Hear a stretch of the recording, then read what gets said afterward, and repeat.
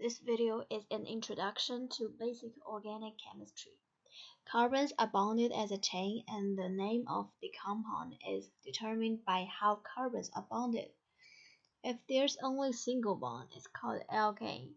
When the compound has only one carbon, it's called methane. If two, it's ethane. Propane for 3 carbons and butane for 4 carbons, etc. On the carbon chain, it can have branches which are alkyl groups. Basically, they just have one less hydrogen than alkanes. The naming of alkyl is to change the ending from ane to yl. When drawing the skeletal structure of alkanes, we use lines to represent the bonds between carbons. If there's any branches, they will also be drawn as lines. The first naming rule of branched alkanes is to find the longest chain in the compound. Then it will be the parent chain. Second rule is to give the branches the smallest number. Rule 3.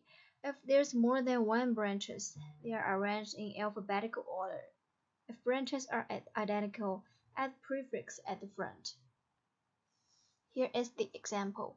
We number the parent chain from the right-hand side instead of the left-hand side, because then the isopropyl will get a smaller number.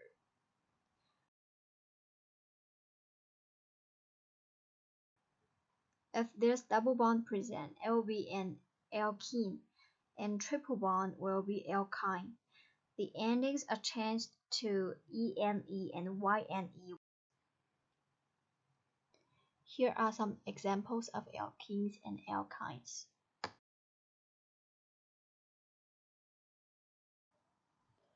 For naming, the double bond or triple bond should be given the smallest number. Other branches take the second priority. That's why for this example, we number the parent chain from the left-hand side instead of the right-hand side to give the double bond the smallest number. When carbons are connected head to tail as a circle, the compound will be cycloalkane or cyclic hydrocarbon. Cycloalkane naming is to simply add cyclo in front of propane, butane, whatever the number of carbons in the circle is. The branches of it follow the exact same naming rule as other chained hydrocarbons. Structural isomer for alkane is different structures of compounds with the same molecular formula. For example, these 3 alkanes, propane, butane, and pentane, share the same molecular formula, which is C5H10, so they're isomers. For alkene, its structural isomer is different because alkene has 2 dimensions. The 2 non-hydrogen groups attached to the double bond carbons can be either at the same side of the double bond or the opposite side of the double bond.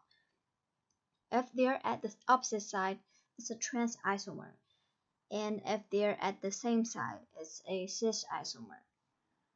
When there are 2 identical non-hydrogen groups attached to one double bond carbon, it is neither cis nor trans.